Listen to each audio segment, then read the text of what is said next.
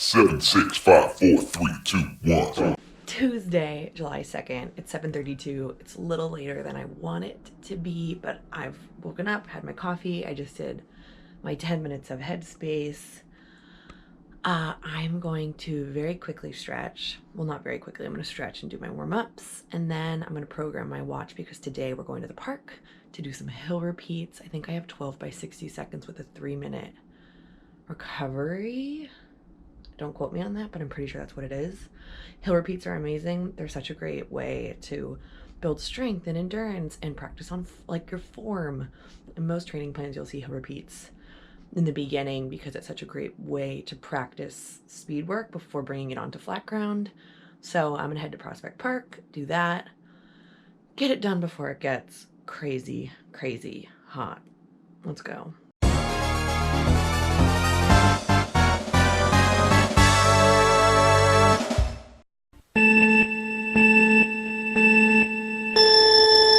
So I actually have a 2-mile warm-up, but the hill is 2 miles away.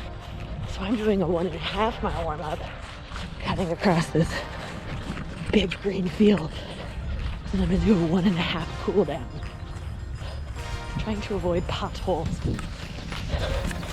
It's my starting point. The hill. Let's do it. All right, benchmark. It's about a minute. 3 minutes. Teeny bit short.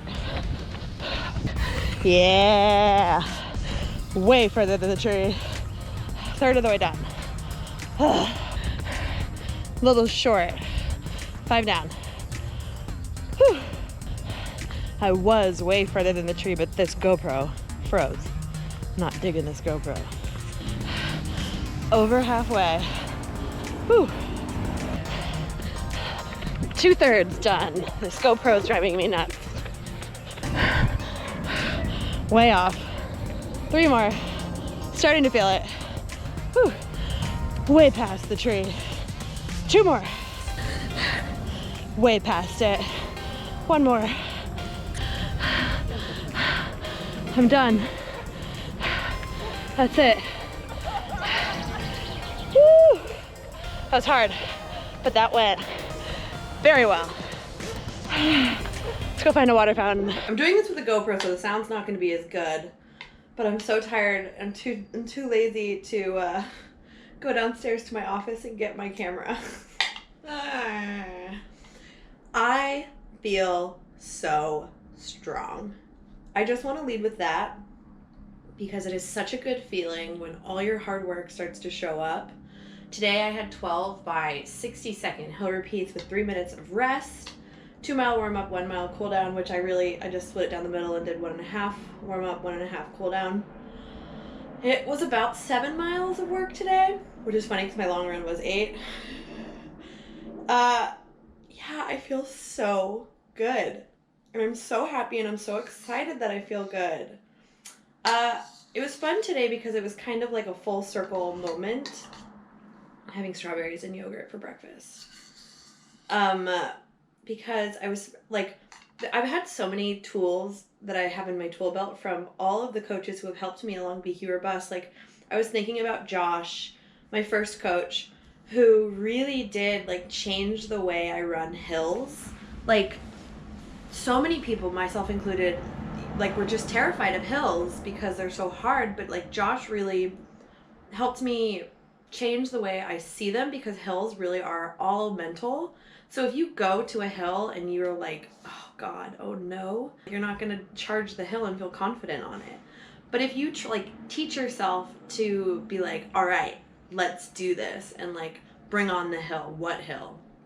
If you really do treat like get yourself excited about hills, not because like it's a fake it till you make it thing, but because you know how strong you are and you know how hard you work and you know that you can, really, really take on a hill, your entire mindset will shift every single time you charge a hill. And you'll you really will like push the uphill and then like let your body like lean into the downhill so that you don't slow down on the downhill, but you don't lose pace on the downhill, if that makes sense.